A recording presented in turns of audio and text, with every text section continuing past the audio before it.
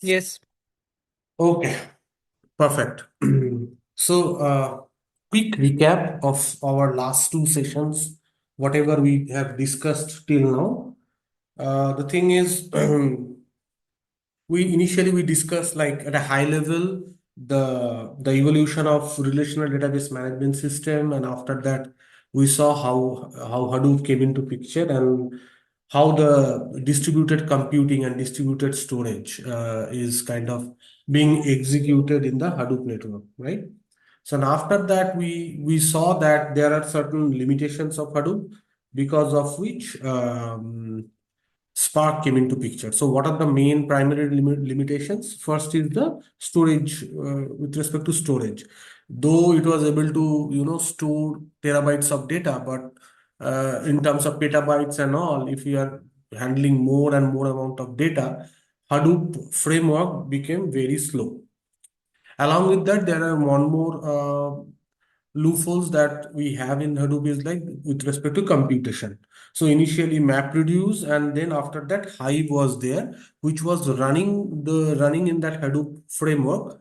But overall, the execution, right, was not that fast, and we are able to see like from the execution point of view, in order to run a small task also, it was taking like kind of 40-45 minutes to execute. Okay. So and after that, we saw that how Spark came into picture. Spark is kind of an is kind of an open source framework. Again, it's a computation framework. Spark doesn't one thing just to just to be cautious. Like in interviews, sometimes people ask like, Spark comes with which database, right? So Spark doesn't come with any database. Spark only provides the computation power, and it can plug and play with any of the storage network, be it Hadoop or in the cloud storage form. So those things we have discussed in our last class. Cloud, what kind of cloud storage? If you consider AWS, it would be AWS S3. In Azure, it would be Azure Blob, and GCP also they have their own storage form, right? So then why Spark was faster? Okay, the Spark is fast because of its internal structure. They comes up with DAG models. Okay, that I will explain when we'll execute more and more hands-on. We'll get to see like how the DAGs are getting formed and how RDD's internal framework of Hadoop is RDD. Okay, RDD stands for Resilient Distributed Dataset. So, and it's kind of an resilient. Okay. So we will get to see the more we will execute all the hands-on, we will see how DAGs, how RDDs are getting formed, and why RDDs are called resilient. Okay. So basically, at a high level, Spark, the backend of Spark is whenever we will be creating any object or data frame, backend there will be a RDD, okay? The resilient distributed dataset will get formed, okay? See why it is resilient, because you cannot delete or decompose this. So all those things we will see one by one. So today's first task is, and then we discussed overall, we kind of signed up on Databricks free edition, and then we see that the initial like the workspace and what all the tabs we have in at a high level Databricks, and then we saw like how we can in order to run any of the notebooks. First thing what we have to do is we have to first create a notebook, and then from there, if you see this plus sign, if I click on this plus, you will see that I can create a new notebook, okay? And I can import any notebooks from the external system, okay? So create a new notebook or external, we can import it. So let's say we created a new notebook, and then we will slowly execute one by one the all the codes. Okay. One more thing, the code, the cells that you guys are seeing, again, I discussed it in our last class. Again, I'm just reiterating. This is like this Spark framework. Databricks supports Python mainly. Whenever we will click these notebooks, this would be the default. Python notebook would be the default one. Okay. Apart from Python, we will have SQL. There will be SQL. If you click on SQL, and then after that, you can run any of the SQL commands. Okay. Also, it supports Scala and R. What is Markdown? Markdown is nothing but whenever we have to document the codes, right? Because let's say we'll be writing plenty of codes, but what exactly this each cell is doing, right? We need to document it for any of the software development lifecycle. It's kind of a mandatory thing to document or use a comment section. So for those things, we use a kind of a Markdown. Okay. So let's start with our first code today. So as you know, so the first one would be, let's say I am writing something here. I am creating a markdown cell, and what I am trying to do here, right? So the thing is, there is a CSV file. There is a CSV file which is internal to Databricks, okay? Which is Databricks provides a lot of internal data sets for their community editions or free edition practice purpose. Okay, whatever features they are coming up and for executing all the codes and all, they by default provides lot of data sets. So this is one of the data set which is San Francisco fire calls. Okay, so we have a CSV file which is kind of internal to provided by Databricks. Okay, provided by Databricks. And what we are trying to achieve here is we are trying to point to that CSV file, and we will create a data frame. We will, from the CSV file, we'll create a data frame out of it. Okay, data frame out of it. So what is the syntax? So this I will create a markdown. So if I execute this, if I come out of this, this will come as a comment section, okay, or markdown section. Now, so before we go there, so let's say I will create a data frame. Okay. So what name of the data frame you can give? Let's say we are giving this particular data frame name raw underscore fire underscore df. Okay. This is the data frame name we are giving. So first thing is Databricks, whenever we will be using this framework, it comes with some default class, okay, default class and default object. So Spark is a default object which we can use for the PySpark, okay.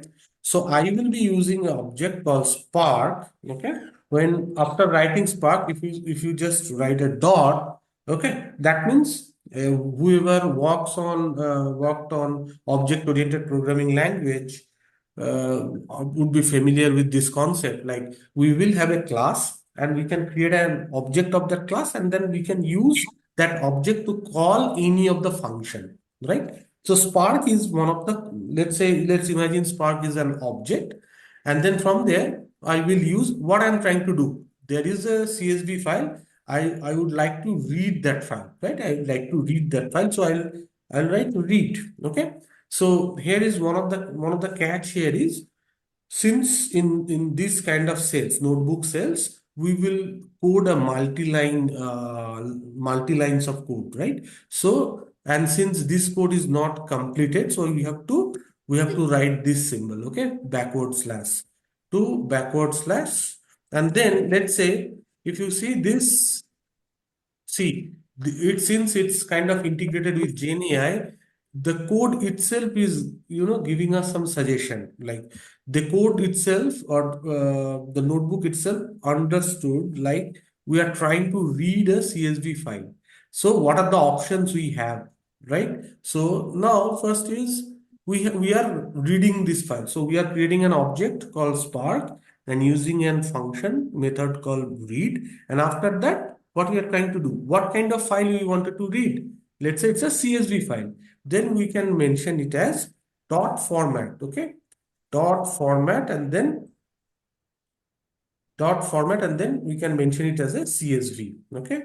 We can mention it as a CSV. So it's a CSV file, okay? And after that, okay. So we are reading a data set, which is a CSV. And then after that, we have to use certain options. Okay, what are the option is this? First option is we need to know that whether that particular file is having a header or not, right? If a particular file is having a header, then we have to implicitly define it that boss, this particular file is consists of an header file, so that when it reads that file, it can ignore the header dataset, right? So we can mention that option header equal to true. Option header is true. Okay, header comma true. So it comes with a header. We are saying that it comes with a header, and then after that again you guys notice it one thing, this particular dot, right? I'm using it in a proper alignment. Okay, if the alignment gets missed, you may get a error. Okay, you may receive a error. So ideally, this alignment after whenever you are using any object, okay, be it in this case part, and then you are using this function dot read, dot format, dot option. Again, I will be using another option. So those things should be in a proper format, in a proper line. Okay. Okay, now I'm using another option. Okay, what option I'll be using? I'll be using an option called infer schema. Okay, what is that infer schema? So let me write it and then I will explain. Infer, again, it's a camel case. Schemas S would be capital. Okay, infer schema and then comma true. Infer schema is true. Okay, and then I'll be using this. Okay, so what is infer schema? Infer schema is we are we are asking Databricks, or we are asking this notebook to understand that we are reading a CSV file whose header, which is having a header, and we are asking the Spark engine to infer whatever schema it has. Okay, to infer whatever schema it has. What does it mean? It means, let's say in this CSV file consists of 100 of data types. Okay, CSV file, the file that we are going to read consists of 100 of attributes. Now we are not going to kind of explicitly defining the data type, right? Let's say name, ID, all those things we are not explicitly defining. We are just mentioning the CSV, and whenever we are using this option like infer schema true, so the Spark engine will automatically will try to infer the schema, okay, for each of the attribute. Let's say name would be string, then any of the metric column, any of the amount column, they will make it as float. Okay, all these data types conversion or data type implicit conversion within that data frame that we are creating. So that option, this infer schema true, will automatically enable this feature. Okay. So now next is, once I said infer schema is true, and after that we wanted to load the data. Okay. We wanted to load the data. So while trying to load, we will mention dot load, and then there will be some defined path. Let's say in this case, this is the path. Okay. Databricks dataset learning, for learning purpose, they have provided this dataset here. Okay. So I will refer this particular path, and I will, so this is now first line of code is ready. Okay. So let's say I will execute it. Okay. There are two ways we can execute it. First is this play button. You can click on this run cell and then you can execute it. There is another way you can execute it is control enter. So let's say I'm executing this. I'm running the data. So what it's doing, it's pointing to the CSV file, and then it has created a data frame. So let's see what it's saying. So PySpark SQL connector data frame gets created. Now you see the magic. Within the data frame, they created these particular columns, okay? Call number, unit ID, call type, whatever columns, whatever attributes that were present in this CSV file, they this particular object, Spark object, points to to this particular CSV, inferred the schema of the CSV file, and created a data frame out of it. Okay. So So where is now, this path, sir? This slash databricks dash datasets. Is it in the local machine? The sorry. uh, the load path of the file, is it Correct, correct. coming This is from? in local. This is internal to Databricks. So for learning purpose, this is the path where Databricks has set up lot of their data sets. So you don't have to import this particular data set to your Databricks framework. You just point to this path, you'll be able to read the data. Okay. There are plenty of examples where I will show you in future. There are a lot of data sets we will import. Okay, there are external Okay. data set will be import, but Okay. this is a specific data set that Databricks provided for the Please, learning purpose. Matrix Okay. Samosa and Anna. Thank you. And what is this backslash at the end of only Yeah, first so four the file, but backslash not the is fifth? yeah, yeah. So the backslash is if you are writing the code in one line, then you don't need to write this black slash. So backslash means your code is not yet completed. Okay, it's still continuation. But assume if I need to write read and format in a single line, then how would it look like? Spark dot read dot Dot format? format, you can write it in a same line, but it would be huge and it's a high probability that you have to break this. You can anyway, you can write it in spark.read.format.options in a single line I without any see. slash. Okay. That Thank is you. also doable. Okay. Okay. Okay. So now we have created this data frame. Now we have to see that, okay, now we have created our first data frame. I need to know what data type it is. We have created this one we have given a name, right? You can give any of your name. And now I am, what I'm doing, I'm trying to see what is the type. So it's pretty simple. Type, then type of whatever we have created. Control C, Control V, sorry.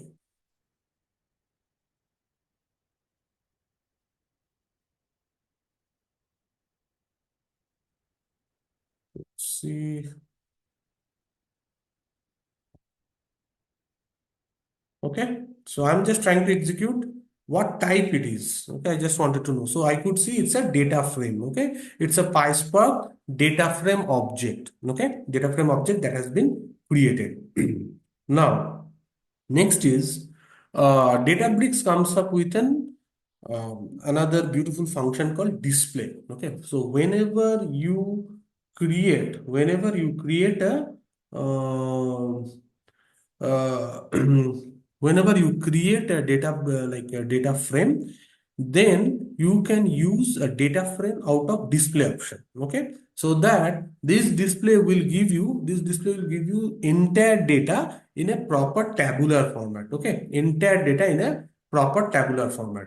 So if you see, there are two ways to write. Okay, the normal ANSI way of writing is we have created a data frame, and then the data frame we will execute like a raw fire underscore df dot show. Okay, this is the ANSI, like the vanilla way of writing PySpark. Okay, so if you do show and then whatever rows you wanted to see, let's say I wanted to see 10 or 5 rows. Okay, so if you execute this, it will give you the results. See, in this format it will show you all the data. Okay, but it is not a very good way of human readable format, right? So what we can do, Databricks comes up with a function called display. So you can easily execute display function, and then you can display this data in form of a proper, tabular way. So the same, whatever data frame you will be creating, okay, keep this in mind. Whatever data frame that we will be creating in this course, it's a very beautiful way we can display it and then see the data and then see the data. Let's say I will use display and then whatever data frame name we have given. So it's raw fire df. Okay, I'll execute this. Again, one more thing to remember, that we are using this Python, okay, using this Python way of writing. So see, this is the data sets that we have sent. What are the fields we have? We have call numbers. Okay, this is a fire like San Francisco fire data set.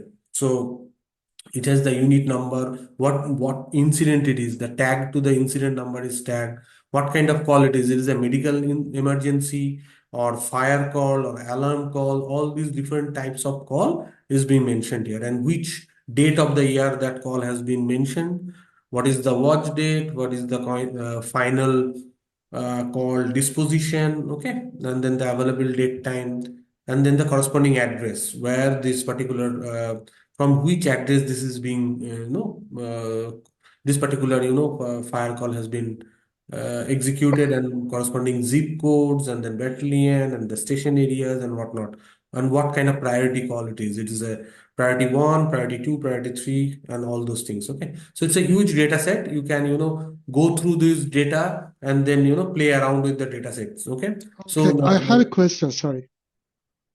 yeah, sorry, go ahead. Yeah, how do I see just selected columns and just a few rows, for example, 10 rows or whatever, Mm-hmm. with this display command?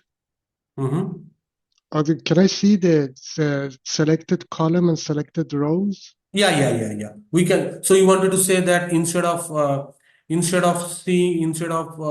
showing all the columns and all the rows, I wanted to see the only the selected columns, right? Yeah, few Yeah. We columns and can we few can rows. we can do that. I will show you. Okay, we'll show Okay. you. We can do those. We can do those all kind of manipulations. We can see top five, bottom five based on a particular column, and all those Mhm. permutation combinations we can use. Yeah. Thank you. Yeah. So this is this, okay? So display will give you the holistic picture, the entire data set, okay? Entire data set, and again you can, go through this. Now, so what actually we have done till now? So we kind of, created, we pointed or we have read a data set which is present in Databricks local environment. It is present in Databricks local environment, and we are pointing the particular the exact path URL to read the file. It may happen that there are times we will import the data, and I will show you guys how to import it from our local desktop or local laptop to this Databricks environment. And after that, we can point to that data set and then create data frames. Okay, so there are two ways we can create. We can point to the data set and create. Ultimately, we can create data frame. Okay, so this is the end goal. So once we create a data frame, we can show the data frame, we can display the data frame. Then again, we will see how to create how to check the particular column of the data frame and all those things. Okay, we'll see. Now the next thing is, okay, I know we have created a data frame, we have displayed it. Now can we convert this data frame? Okay, again, you guys have to understand one thing. Data frame is not a persistent data set. Okay, what does it mean? It means that for our lab, we have created a notebook and we have executed certain commands. So there is a data set that is present, which we have pointed out and then created a data frame. So the data set is persistent. What does it mean? It means that the object, like the data set value will not get deleted or truncated. Okay, if you just log it out from Databricks, also this internal data set, whatever we are pointing it, that would be there. Okay, but whatever data frame that you are creating now, right, we are pointing this, and we have created this is specific to this session. Okay, and this is specific to the warehouse that we have, serverless warehouse that we have pointed out. What does it mean? It means that you created a data frame from a persistent CSV file, and then once you log it out from this system, okay, log it out from this notebook, and then try to log in to your Databricks environment again. And if you try to display this raw file df.show or display, you won't be able to see. It will throw an error saying this data frame does not exist. Okay. So what does it mean? It means that data frame is not a persistent storage object. Okay. Though we are creating data frame as an intermediate, you can consider it as an intermediate data storage object, but it's not a persistent object. You cannot refer this data frame across sessions, across users. Okay. So now then, okay, it's fine. We have created a data frame out of it. Then we have to persist it somewhere, right? We have to create a view out of it or something we have to do. Otherwise, we will lost the execution, whatever we have created. Let's say this is the full data load, right? Where we are just pointing to the CSV and creating a data frame. After that, we will execute lot of transformations, lot of data cleansing, a lot of joins, multiple joins will happen across different data frames. And the final data product or the final data frame that would be created. Okay. So that we need to persist. That we need to, either we need to convert it to a view or a persistent table. So in order to do that, there was a syntax where we can convert the data frame to a view. Okay. Now here is a catch. Okay. Just listen it carefully. Here is a catch. The catch is if we are using Databricks in the community edition or in the enterprise edition where normally all the banks and enterprises are using Databricks, there is a feature called create global team view. Okay, so the syntax is data frame dot create global team view. Okay, the reason I haven't deleted this option just to when I will share after each class we will share those notebooks whatever we will execute. So it will remind you guys what error we receive and what is the reason we received this error. Okay, so this is the error. Create global team view. Okay, normally if you use any community edition or enterprise edition, you'll be able to see we are able to create the global team view. Now you can ask me what is global team view, right? Global team view is a global temporary view. Okay, so what does it mean? It can, when you convert a data frame to a global temp view, that view is kind of persistent and you can use that temp view across the session, across the user.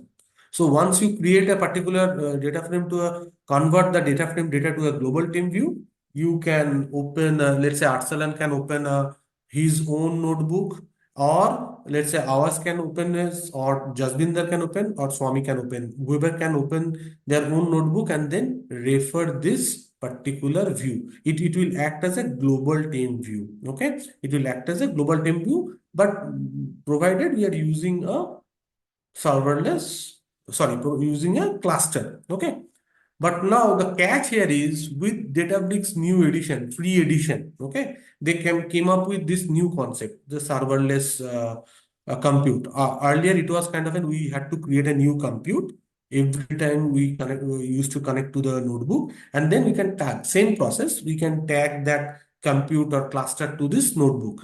But because of this server notebook, because of this new serverless cluster, you cannot use this create global temp view. Every time we use it, we will get this error. Okay, global temporary view is not supported on serverless compute. Okay, so we cannot create it. So there should be some alternatives, right? We have to store the data. We created a data frame, we have to store the data. So the alternative is we can create a temporary view. Okay, create or replace temporary view. So now you can ask me, what is the difference? What is the difference between a global temp view or a temporary view? So global temp view is a view which you can access across the notebook. Okay, so let's say this in this notebook you created this second notebook, you created a new notebook, and then you can refer that particular view, that the view that we created, global temp view that you created, you can refer in the other notebooks also. But in case of temp view, you cannot you cannot refer that temporary view to the other notebooks. But within this notebook, it would be persistent. Okay, within this notebook, you can use that view. So I am creating this. So the syntax is simple. So it's like the data frame that you created. In this case, raw fire df, and then from after that we will use create or replace temp view. Okay, mind it. The syntax you just have to understand. Though you will get that this particular prompt where you will give the exact syntax name, but mind it, this is in camel case. Create or replace temp view, or O would be caps, okay? Or then replace R would be caps, okay? Replace temp view, temp view, okay? And then what view name you wanted to give. What view name you wanted to give. Let's say I'm giving this particular view name, fire service calls, whatever it has been mentioned here. Fire underscore service underscore calls underscore view. Okay. Now, if I execute it, so now what we are doing, we are converting this data frame to a temporary view. Okay, and it says this temporary view has been created. Okay, temporary views has been created.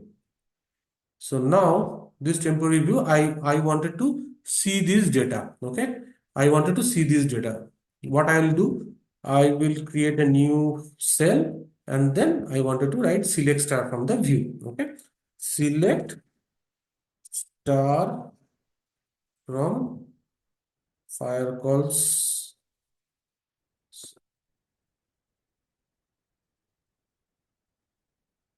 select star from this. Okay, so now I will execute.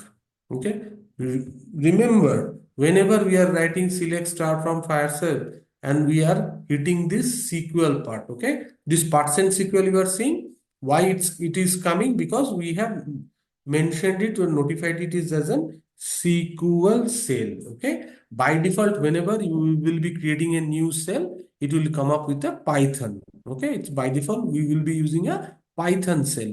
But whenever you categorically mention it as SQL, whenever you will select this SQL part, you will get to see this percent SQL. This percent SQL will automatically will come up. Okay. Now you execute this select star from fire service calls view. Okay. Execute it.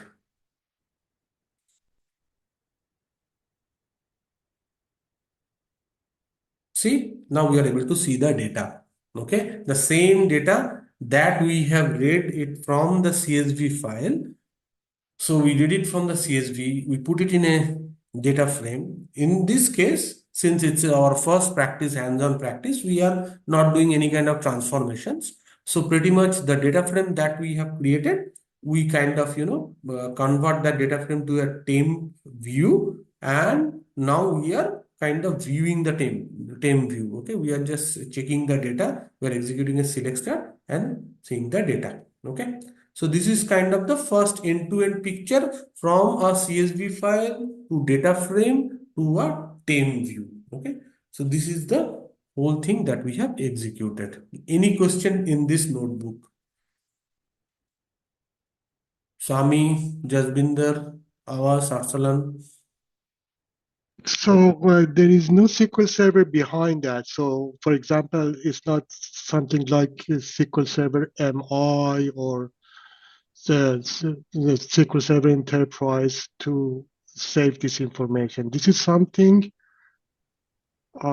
inside the Spark and this session, yes? Correct. It is something inside Spark and inside the Databricks. So Databricks comes up with its own set of file system, as well as own set of storage or data, or kind of, will not say database, but it's a kind of own set of data landscape. So we are creating those workspace and all those things under Spark and Databricks. There is no SQL server involved in here. Okay, got it. Thank you. Hmm. Hey, this Swami, I joined late. Yeah. So, how long we can save this file, this temporary view? How long is it will be available in this system once we Uh, save which file, Swami? the The last view one? that we The created. yeah, that we create last step. Okay. So this would be active as long as our this particular notebook is active. Okay, that means active in a sense you are able to see this connected option, right? Right, Yeah. So what does it mean? This connected means like we have connected this notebook to a serverless compute. So basically, in order to execute each of the cell, there has to be a compute engine, right? Be it right. a server or serverless. So until and unless this is active or connected, within this notebook, you would be able to access it. So connection is lost, then we lost it, Then you or won't we be have able to to recreate. access it. No, that we once we can get connected again, then we can access, right?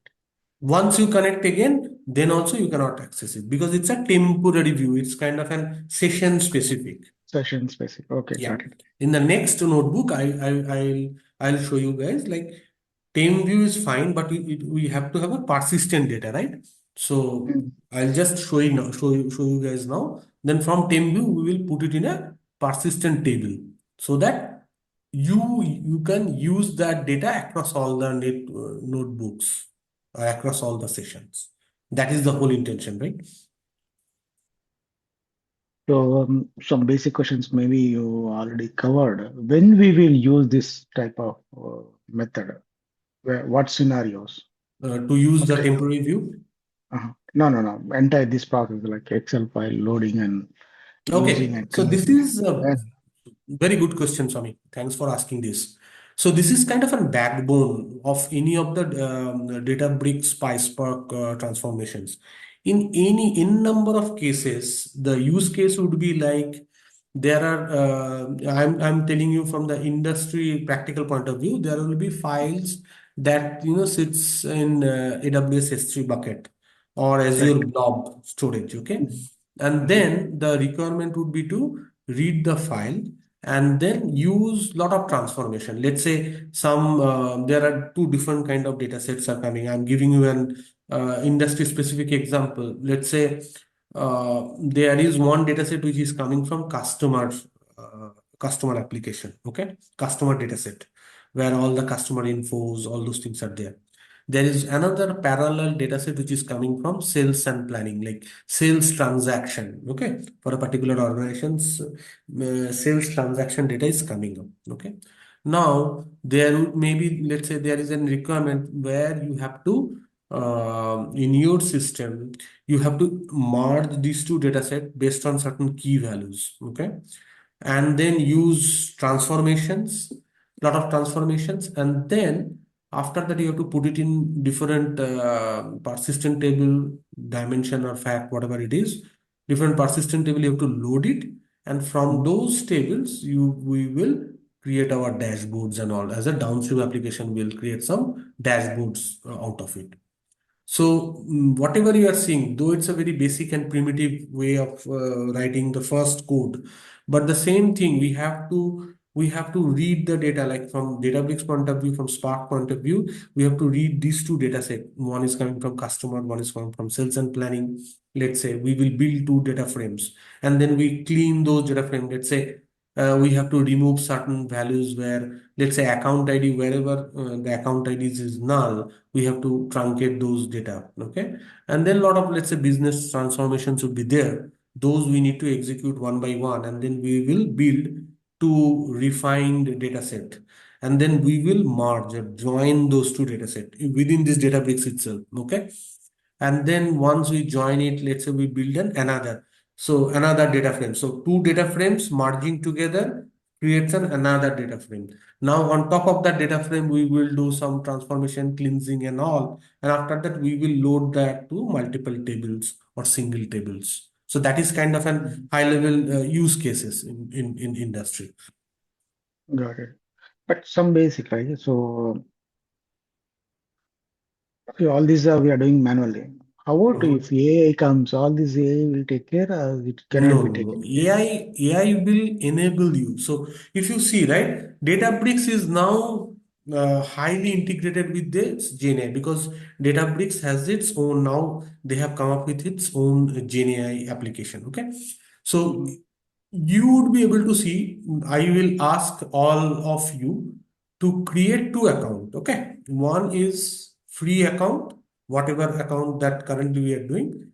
Another one, you create a community edition. Okay, similar mm, thing. Then side by side you compare this free edition, whatever they have come, it has integrated all these feature. Okay, all these GenAI feature. Let's say I am executing I'm executing a SQL or a code, and then I just forgot to mention this. So if I mm. execute this, it will throw an error, right? It will Right. throw an error. So GenAI will not automate the entire thing, but it will kind of modify, it will kind of assist it. It will mention, or it will guide us, like if there is any syntax error or if anything happens, right? It will kind of guide us that this would be the correct syntax, and based on that we can rectify our code. Okay, probably it has, we have executed this code, but if you just create a new notebook, and then you'd be able to see this button, right? Edit code Mm, with assistant. So this is kind of handy. It will show us that, or we have to, let's say we executed a code and then there is some error happened. It will kind of guide us the probable errors. It may not point to the exact error, but it can give you the probable error things. mm. Does it answer your question, Sonny?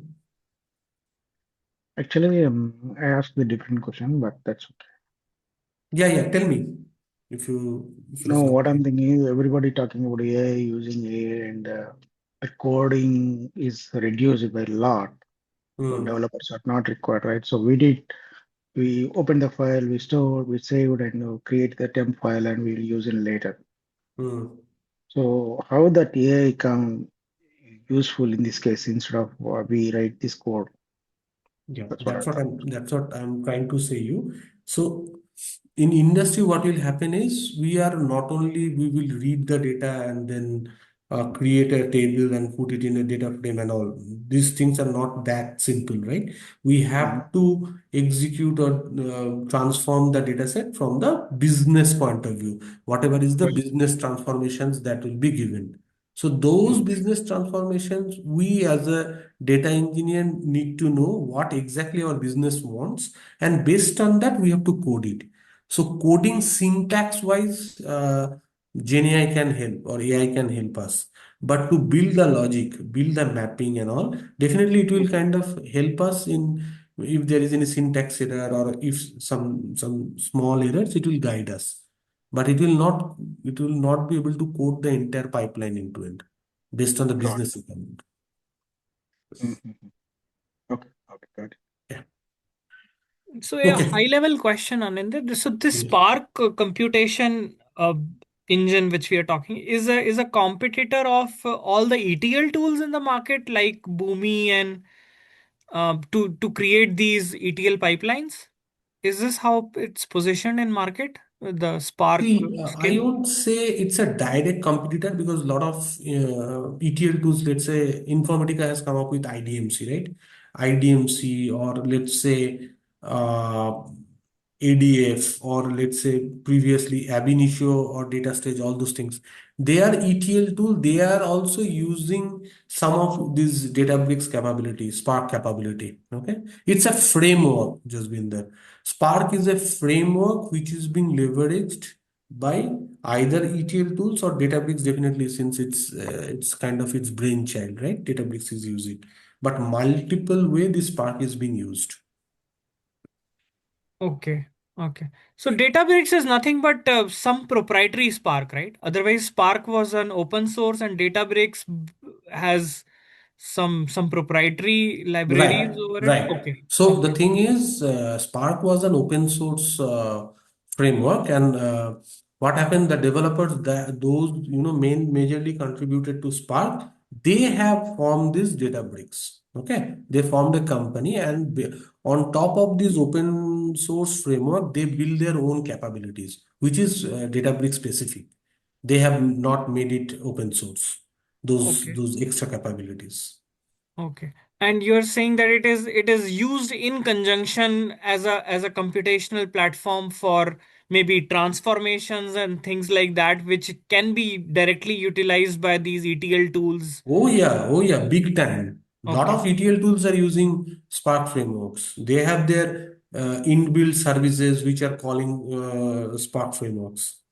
I see. Okay. So it is actually meant to use in conjunction where Spark will do the lifting of mapping and stuff, and then these tools will act as a connector between source Correct, and correct, destination systems. Okay. correct. This tool will act as kind of an connector to connect across heterogeneous system, right?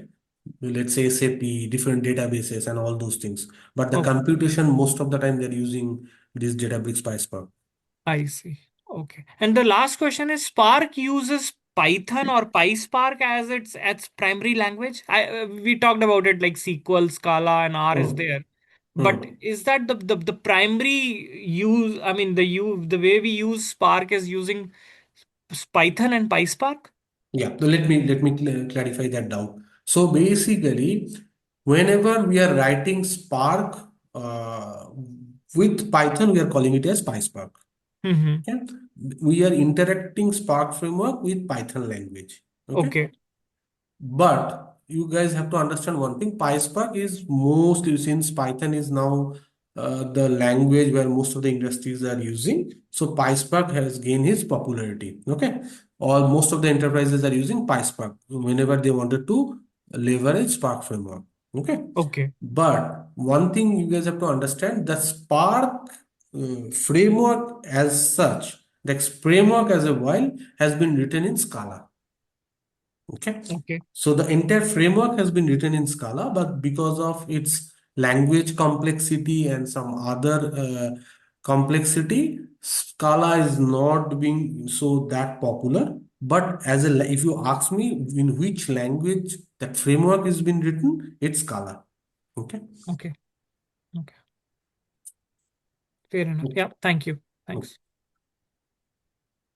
Okay, so we have seen this in our first notebook. We created this and all. Now, let's say similar thing, but in a little different way, we will create, this is our second notebook. Okay. So here what we are going to do, it's a SQL notebook. First one is our Python notebook. Okay. So Python notebook means whatever cell we will use by default, the Python command, like we have to execute Python. If you wanted to use SQL, then you have to mention %SQL that we have seen like this %SQL. But here what we are saying, we are defining the notebook itself as a SQL notebook. So all the cell by default, it will be coming, it will come up as a SQL cell, right? So now the same thing, if I just wanted to show you guys like this file service calls view, right, that we have created. So this is kind of the second one. In the first notebook, we have built this temporary view and all. And then in the second notebook, we are trying to access it. Okay. When we are trying to access it, what it's saying, I wanted to preserve these errors also, so that the concept wise we should be clear. Okay. It's saying that verify, it is giving this kind of thing. It is thinking that it may be a particular view that is being already created, a persistent view, and it's trying to create it. But since it's a temporary view, we won't be able to access it. Okay. Now the next thing, now let's create a table. Okay, we'll create a table and we'll create a schema. So let's say we are creating a table, file service calls table, under the database called DemoDB. Okay, and we are creating a view. Okay, so drop table, why? Because earlier, if we have already created a this particular table name or view name, this we are trying to drop it so that we can create it fresh. Okay, that is the whole idea. Now, first is we are creating a database. Okay, database name is DemoDB. So we'll execute this. We are we have created a database called DemoDB. Now, under this DemoDB, we are creating our table. Okay, this is a persistent table. Okay, this is not any view or anything. This, when once we create this table, once we load some data into the table, you can access this table across your sections or notebooks. Okay, so this is kind of, let's say, this is the all the attributes, and it's all the kind of the data type. Okay, so I execute this, and so the table will be created. Table will be created under which schema? Under DemoDB. Whatever database we created, under that database, we are creating a table called file service calls TBL. And these are all the attributes that have been mentioned. Okay. Now let's say we are trying to load the data. Okay, trying to load the data into this table. And we are just passing all the null values just to check. Okay, just to insert some dummy values to check whether the data load things are happening or not. Okay, so insert into the table, and then we are using these values, and then we are seeing, let's say, okay, so number of affected rows 1, number of inserted rows 1. So it, some rows, these rows got, one rows got loaded with all these dummy null values. Now I'm trying to execute a select star. Okay, trying to execute a select star. I'll do a select star, and this is the one of the row. Okay, since most of the rows I kind of loaded in null, it's coming up as this. Okay, now what is this? What is the next thing? I just wanted to so what I did, I created a database. Under that database, I created a table. After that, I loaded some dummy null values into the table to check if the insertion is working properly. So we saw that, okay, we are able to load some data, though those are some dummy values. So now I am trying to truncate. Okay, truncate, you guys know, right? Truncate means we are deleting the data or deleting the rows from the table. So we are truncating the table. Okay, let's say we are truncating it. So once we truncate it, and after that, we'll again try to see the data. Okay, so there should be any kind of data that is present in this table. So because we all deleted the data. Okay, till this point we all clear. Now what is our end goal? Now my intention is, okay, I have created a table under a particular database, DemoDB, and now I wanted to load the data, whatever data that is present in our CSV file. That CSV file, I wanted to load it into this table through a data frame. That is my end goal. Okay. So how we can do that? Let's say the same thing. We will execute this raw file DF the same way that we have executed in our earlier notebook. We'll create a data frame. Okay, we'll create a raw file DM. One more thing to identify, since this is a SQL notebook, in order to run any Python cell by default, we have to mention it as %Python. Okay, because we are executing a Python command in a SQL notebook. Okay, so this particular raw data frame has been created. So once that is created, then after that we are creating a temp view similar to the other notebook, whatever we did. We are creating a temporary view out of this data frame. Okay, so we created a temporary view. Okay, once temporary view gets created, now what is our end goal? We persist the temporary view? No, right? We cannot persist this temporary view. When as long as this session is active, we would be able to see the data. Whenever this session gets terminated, we won't be able to see the data. So that's why we are kind of doing a kind of inserting the data from the temporary view to this table. Okay, we are inserting this fire service calls table from the fire service calls view. So what we are doing, from the temporary view, we are loading it into an persistent table. Okay, from this we are loading into persistent table. So once the persistent tables data gets loaded, see, these many rows data got affected. Okay, and these many rows got inserted. So once we loaded the data, now let's execute it. Let's see now in the persistent layer, we are trying to see how we can see the data. Okay. So if you see, this data has been loaded. This data has been loaded in the final table.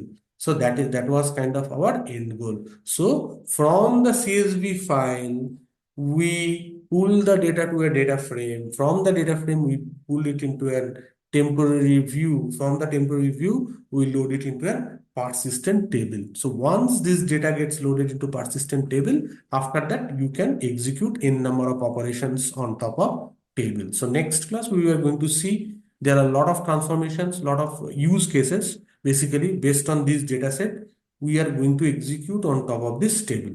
Okay. And one more thing, since this is the persistent table, you can use it across the notebook. So there is no issue. So you already were able to, persist the data. Okay. Any question? Oh, we are dealing with, for example, in this case, 4 million records, if I'm not mistaken. So what about the indexing and improving the performance? Can we consider this as the same as the SQL Server, or it's Yeah, different than that? good question, Arsalan. So basically, indexing and other performance like secondary index, primary index creation, and all those things. SQL Server has its own way of doing it. In Databricks, we will see there are different ways we can tune the performance. There are different ways we can cache it, okay? Cache the data. We can use different materialized views and different ways we will use it. Though it would be in line with SQL Server or Teradata or any other RDBMS, but not all the features would be there. It has got its own new feature, okay? That we are going to see one by one. Okay. I have one question. Mhm. Sure. When we load the data and create the data frame, Mhm. and when we have to insert the data from the data frame, so the name of the table and the temp view data Mhm. frame is the same, or how we identify we are. No, ours doesn't matter ours. You can give your any name. Okay. This is just for the readability I have given. Okay. So Data then frame. how the database, Hmm. sorry. Go ahead. So how the database knows, so I have to add data in which table. So you just add insert into table demodb.file. So it's a table name. This is a table name, right? Okay. Because So we have created a database called DemoDB. Under yeah. this DemoDB database, we have created a table called Fire Service Calls TBL. Okay.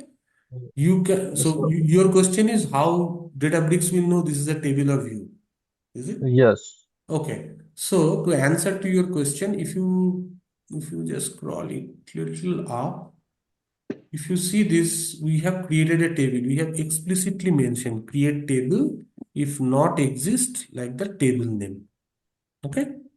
No, already know about the table. I just wanted to know how, like when we create a data frame, then it automatically, when we just set insert into this table, then how the that one data frame goes to the table.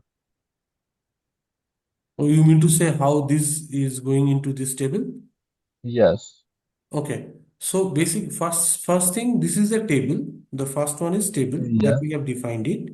Second one is fire service calls view is not a data frame.